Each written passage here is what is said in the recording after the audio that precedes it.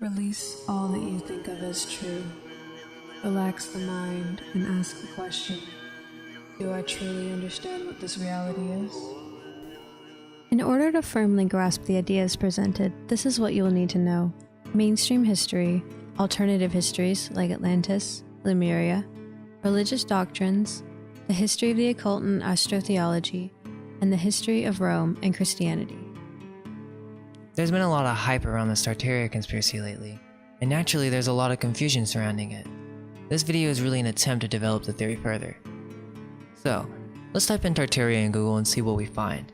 If you look on Wikipedia, the first result, it will show you a map from the 1800s, 1806. Keep that in mind for later. Now on this map, Tartaria is just an Asiatic landmass, with city names that are based off Mongolian or Chinese. And where we see Russia and China, this is where Great Tartaria once existed. Let me show you a map from the 1600s. Let's notice how this is much different. We see Great Tartaria. And let's also notice the etymology change of all the cities. It's no longer a Mongolian empire, it's something else, maybe pre-Russian? Also notice this, California is an island? Very interesting. Wikipedia's explanation is it's a messaging error. Considering how high of an art cartography was, I find that hard to believe. As far-fetched as the following information may seem, I'm going to ask you just to follow down this path. Some people are saying that Tartaria is some kind of distraction, but from what? And is this theory any more of a distraction than Netflix and video games? Do you honestly feel satisfied with the history they teach you in schools and churches? I understand that most of you are believers of evolution and Big Bang Theory, but let's just explore a very different alternative to conventional history. I don't know everything about the past. I wasn't there. Nobody was as far as we know. Science likes to think it has all the answers, yet scientists still can't tell us how consciousness came to be, the connection between consciousness and matter, and why the hell we're all here. My goal is just to get the message out there to those who are genuinely curious about what's going on in this life. It's an understatement to say that humanity is lost. It's been pointed out by many historians that humanity is much older than we have been told. It's possible that civilization goes back millions of years, and we could be in some kind of cycle. What's clear is, advanced civilizations did exist in the past. If the monuments don't convince you, consider the myths and legends about gods having to deliver culture-important knowledge. There are hundreds of books written on Atlantis because it was a real place. The first story we really hear of this is from Plato, and in Critias is telling Socrates a story. He says, "Look, Socrates, I got this crazy story that this wise sage named Solon told my great-grandfather, who was also named Critias. And my grandfather told me the story when I was 10. My grandfather started by saying how wise Solon was and that he was one of the wise 7 sages. And he, Grandfather Critias, was going to some poetry youth meetup. And there Solon, his teacher, is trying to tell a story about the greatest achievement that the Athenians ever did. But he says, and which ought to have been the most famous, but through the lapse of time and the destruction of the actors, it has not come down to us." I thought Socrates was an Athenian. Socrates is hearing this story from a young man named Critias. Critias is relaying a story he was told at age 10 by his grandfather, who when he was young was told this story by Solon the sage. Confusing, right? Well, it's meant to be. So Solon is now starting the story saying basically, "Yes, we did something really great, but you don't know about it, young Critias, because these actors have been destroyed through a lapse of time." Okay, Solon continues telling Critias about a certain district in Egypt named Sais, and how they had a great connection with the Athenians at this time. So Solon was taking a trip there and he was received with great honor, and he started a conversation with the priest of Egypt on past human antiquity, or basically ancient history.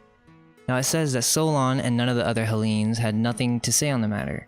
And I think when Plato was writing this, he was implying that the priest didn't really want to talk about it that much. They were just listening to see what they knew. And at the end of the conversation, they didn't know anything, the Hellenes. They were clueless. So it goes on to say that on another occasion, Solon asked the priest again. And here is what I'm trying to show you guys. Solon was trying to pester the priest. It was like trying to show the priest his outstanding knowledge so the priest would talk about what they knew. Why? Because Solon knew that the Egyptian priests were much, much wiser. So Solon tried to impress them, talking about his knowledge of Pharaonius, who is called the first man, and about Niobe. Now I'm going to take a little break here because I want to show you something. What does this have to do with Tartaria? Well, let's look up Pheronius and look up Niobe. This is basic Greek mythology, just the old gods, right? Let me remind you what we're talking about here. Solon is trying to tell the priest of Egypt, hey, this is my esoteric knowledge and how it pertains to ancient history. Plato is literally showing you in play format that Solon was one of the sages of the Greeks who knew the secrets of their mythology and how it pertains to ancient cultures. Niobe was the daughter of Tantalus, and according to Wikipedia, Tantalus was a Greek mythological figure most famous for his eternal punishment in Tartarus. I'm going to tell you what the secret of Pheronius and Niobe is, but let's take this one step at a time. Let's continue. So Solon tells the priest, yeah, look, here's the secrets of Pheronius and Niobe. And the Egyptian priest says, O Solon, Solon, you Hellenes are never anything but children, and there is not an old man among you. Solon in return asked him what he meant. I meant to say, he replied, that in mine you are all young. There is no old opinion handed among you by ancient tradition, nor any science which is hoary with age, and I will tell you why. There have been, and will be again, many destructions of mankind, arising out of many causes. The greatest have been brought about by the agencies of fire and water, and other lesser ones by innumerable other causes. There is a story, which even you have preserved, that once upon a time, Paetheon, the son of Helios, having yoked the steeds in his father's chariot, because he was not able to drive them in the path of his father, burnt up all that was upon the earth, and himself was destroyed by a thunderbolt.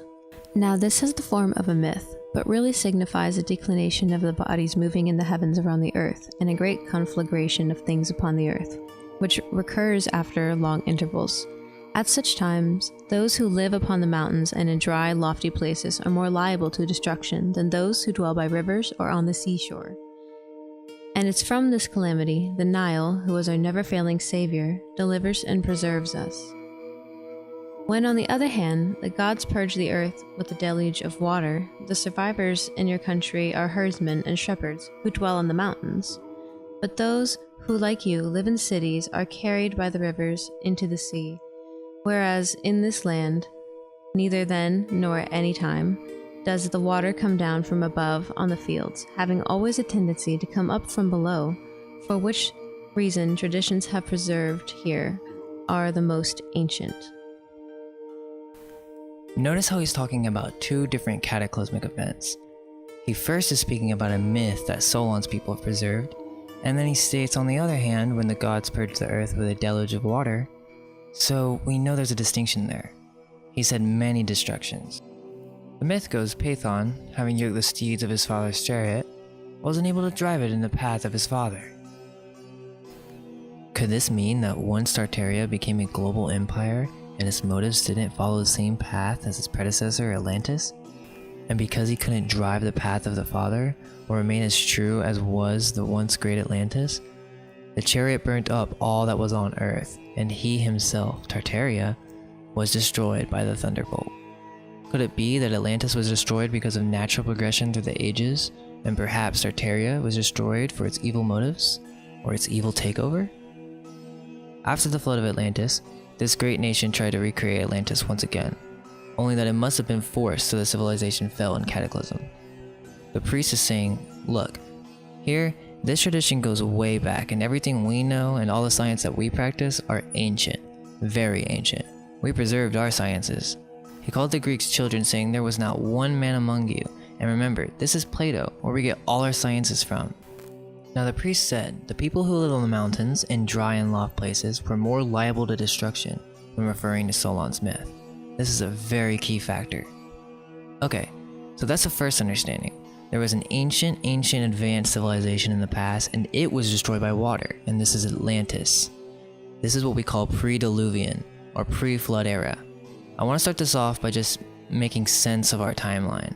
If you're new to this stuff, then bear with me please, because I'm just going to explore out of our conventional timeline here. So we need to use certain terms and cultures to help us understand where we are before I can really make my final thesis. So we have this Egyptian priest, and he's talking about a pre-Diluvian age. So what was Solon talking about with the secrets of Pheronius and Niobe and how it relates to antiquity? While researching for this thesis, I had an inkling to look up the Gaelic etymology for Tartar. Let's see what it says. Gaelic, Tartar, a great noise or confusion, that which is noisy, bustle, uproar, confusion. A Tartarian is a slang, bad word for a thief. Then get this, it also says that the word is often accounted for by the story of an Irish soldier who in some eastern battle had called out that he had caught a Tartar, or a thief. This brings me to the Irish origins of civilization. We're told by authorized history that human civilization migrated east to west, but in this theory, a group from Atlantis survived and preserved the knowledge. Whether they knew the flood was coming, who knows for certain, but they landed in Ireland, and here somehow they survived. It's possible that this is the beginning of what we know as civilization, instead of east to west. I'm going to show you how the history of what we call the Irish, or the original inhabitants of Ireland, the preservers of the science of old, survived the flood, rebuilt their civilization, started traveling around the world to help the survivors, and bring their cultures back to civilization. Long later, those we know as the Greeks and Romans completely renamed these people, branded them as savages, and basically rewrote history for the masses, and we think Greek and Romans were the great civilizers of the world. The book, Irish Wisdom Preserved in Bible and Pyramids, by Conor McDarry, the audiobook is online and all you have to do is go give it a listen, examine the evidence he presents and decide for yourself. In case you don't have enough time though, I'll try to break it down. Do you remember the Phoenicians? Yes, no, maybe? They conveniently skipped over them in high school, but they were a big deal. In mainstream history, their language was the basis of the Greek culture, and they sailed all over the coast of Africa, all the way to Britain. They were the sea explorers with advanced ship. However, when you look up in the history book, you'll get pictures of very primitive, unintelligent people. Baloney. Phoenician was a cover name, and you're going to see this happen a lot throughout history at the hands of the Greeks and the Romans.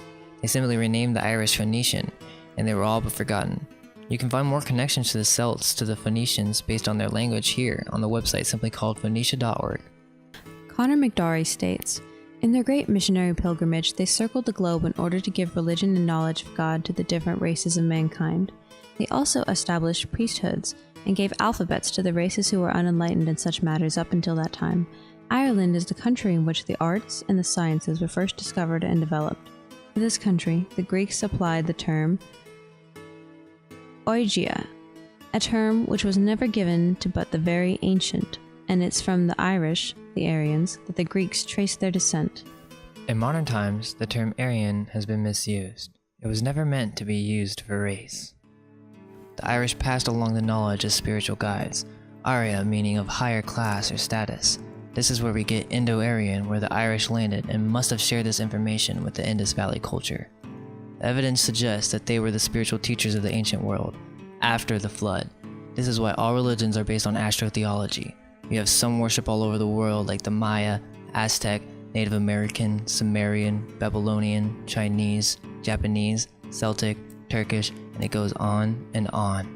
The term Arya is derived from Aries, the first sign of the zodiac, the ram. The symbolism of the ram is the knowledge of God, or the El.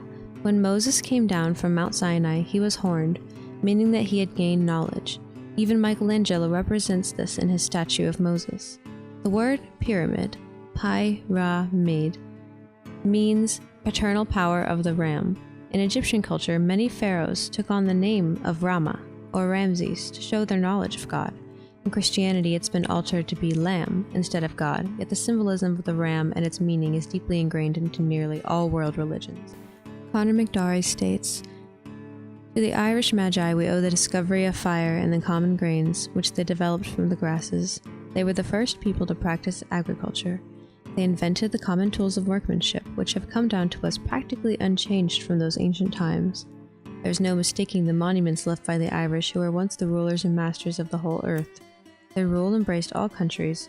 It was worldwide. Ireland was the first mistress of the seas, and it was the first and only worldwide empire which has ever been known, for it was a spiritual empire. I'm going to dig deeper into Egypt now. And yes, I realize there's so many theories out there on who really were the inhabitants. I can't say I know for certain. All I can do is place the pieces I have found and gather feedback and more information. I'm sure there's more than meets the eye, but the info's out there. I know I'm not the only one interested in what really happened in humanity's past. From Gaelic etymology.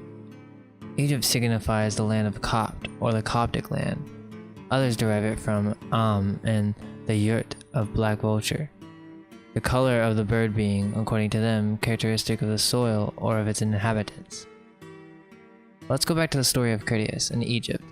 So Solon is in Sais, and he's talking to one of the priests. Now, to make things a little clearer, let me explain. The sage and the civilization of Egypt of the time was most likely of a darker complexion. We don't know for certain, but it's apparent to me that Solon was light-skinned, or what we're told, Aryan, but he wasn't really now, was he? He was many generations after the first race of man that landed in Ireland after the flood and redistributed knowledge to mankind throughout the world. And that is what the priest was talking about. He was telling Solon about his people, the Irish, or the Chaldeans, Phoenicians, Babylonians, and of the many names they were called. According to the maps in the 1600s, the biggest empire was the Great Tartaria Empire.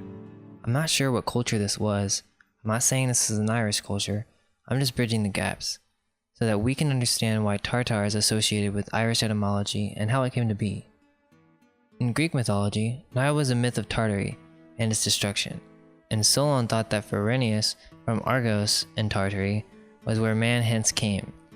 Pharonius must be a king who had survived the Tartarian disaster and redistributed knowledge again, but this time east to west. This is why mainstream history we're taught this, because that is what the Greeks thought. That is what Plato wrote. Well, I'm gonna take a guess and say that Plato was a made-up figure, but we'll get to that.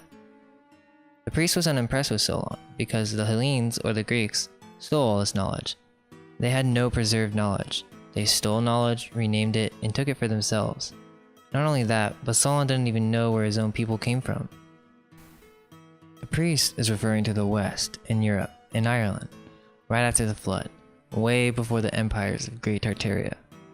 The Irish were responsible for preserving music, the secret of sound vibration, language, the occult, tarot, which the Jews turned into Kabbalah, advanced architecture, and stone megaliths, geometry, math, you name it, all the sciences.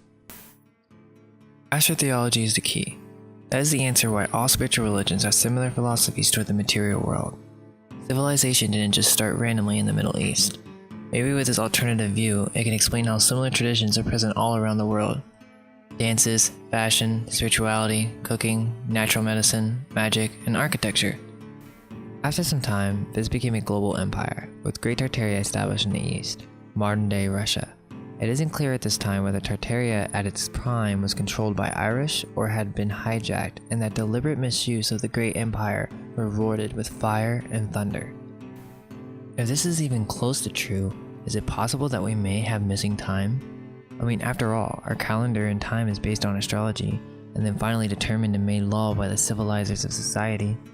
It's really not crazy to assume that time has been constructed by these officials that took over the old empire, and I'm talking after flood. There's so much confusion because there's been multiple cataclysms on this earth, and that has been forgotten by the human race. I'm not talking floods, I'm talking earthquakes and things falling from the sky and who knows what else.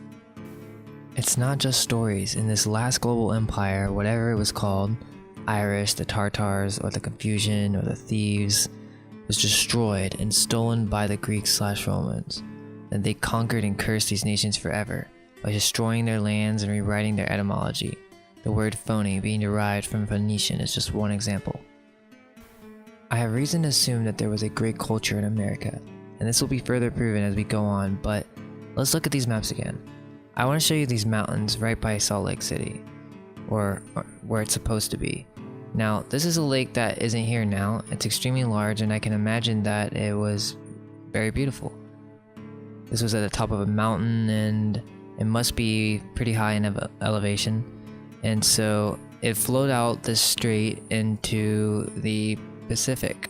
And so, now remember what the priest said about these people who lived on the mountains. He said that they perished, and I'm about to tell you why. Because when the earthquakes come, and the comets come, and the floods come, they are the worst places to be. Because water flows down from extreme heights, mixes with the soil, and creates a massive river of solid mass. This is likely what occurred. Solon's myth, Pharonius, was talking about the destruction of Tartary. There was some type of cataclysm, and it could have been all over the world. In Asia, North America, it was big. There's a lot of evidence to show that this happened literally in the 1800s. I know it sounds crazy, but what I'm about to say is insane, but trust me and I'll walk you through it. To make it short, Tartary was destroyed somewhere between 300, 400 years ago. It could be longer, shorter, I don't know. But it was through some world-breaking event that caused earthquakes, mud floods all over the world, and this was due to some comet that was summoned through black magic by some evil group. This shook the world up, and people were down and distraught. And remember, this is not the flood of the Bible, this is after. And that is why this theory is so important right now. We truly need to be questioning who we are, what happened in our history, and what's going on here. Well, let's start with the Romans and the Jews. And please, if you're Roman or Jewish, don't take offense to this. I know for a fact that, nowadays, everybody has a really good heart, and it's kind of hard to really just terminalize it with just one word, but I'm sure you've done your research, and when we look into history and history gets dark, no other culture or race has been kicked out of more countries than the Jews from the history that we've been handed down. And there's a really dark history here, guys, and I can't really go into it in this channel, but it does explain so much. The Jews took the knowledge of the Irish, and they basically were a cult of the original knowledge of the Druids. That's the Kabbalah. It's the original tarot and the symbols that came from the Aryan priest of the global world empire after the flood. They took this knowledge, started practicing dark black magic, and basically through sacrifice and horrible religious ideologies, the ancient Jews warped and perverted the knowledge of the Irish. Now I don't know if black magic was used in the destruction of Tartary or not, but you tell me what happened. Tartaria could have been filled with peaceful people, because after the fight, they could have been easily subdued by the Roman soldiers. The Romans were the true Tartarians. They were the thieves. What we know as Tartaria is but a lie.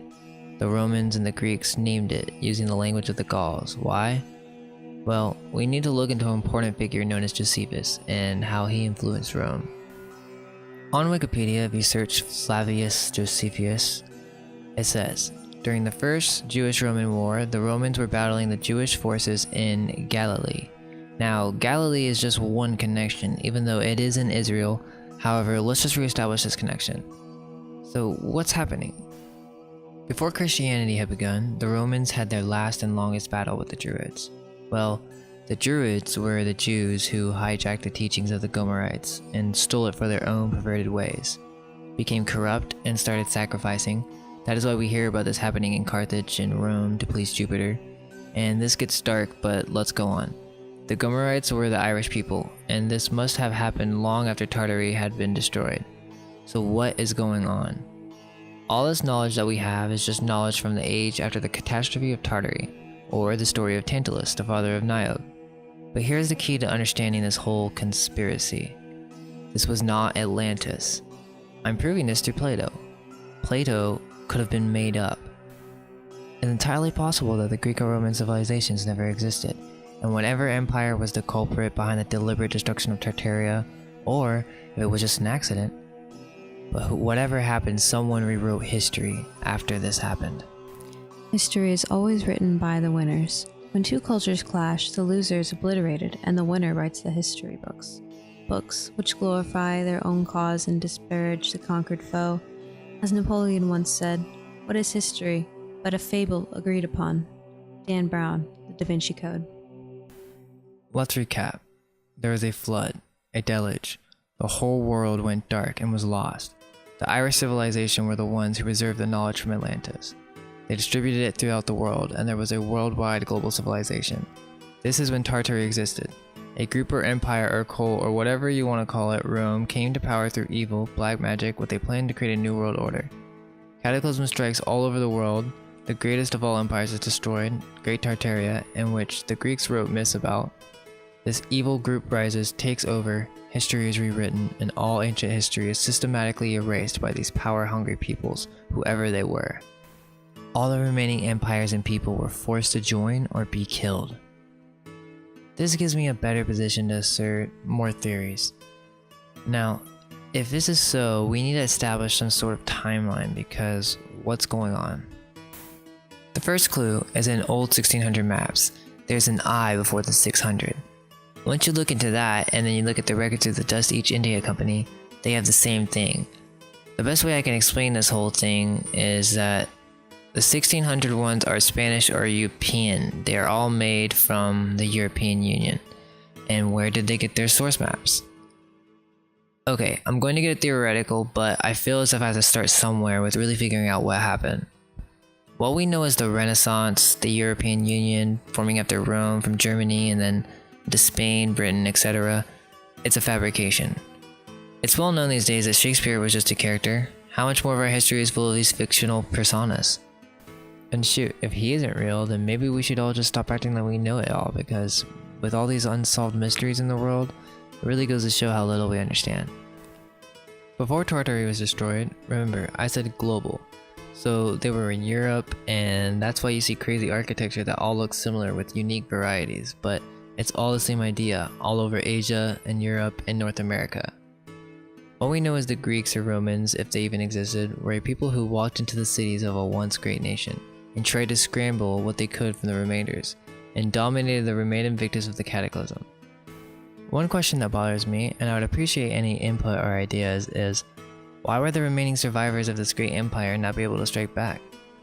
They must have been targeted, or something beyond belief happened that we can't really understand today with our modern minds. Now in part 2, I'm going to go in what happened with North America. Was there a great empire where the Grand Canyon was located? More proof for the mud flood with buildings underground and strange architectures in big cities. I know that was a lot of info, but we really felt compelled to try and bridge this Tartaria mystery with astrotheology and the story of Irish civilization. There's still a lot of interesting stuff that we didn't have time to mention, so stay tuned for more videos. Like and subscribe if you feel inclined. Until next time. Release all that you think of as true. Relax the mind and ask the question, do I truly understand what this reality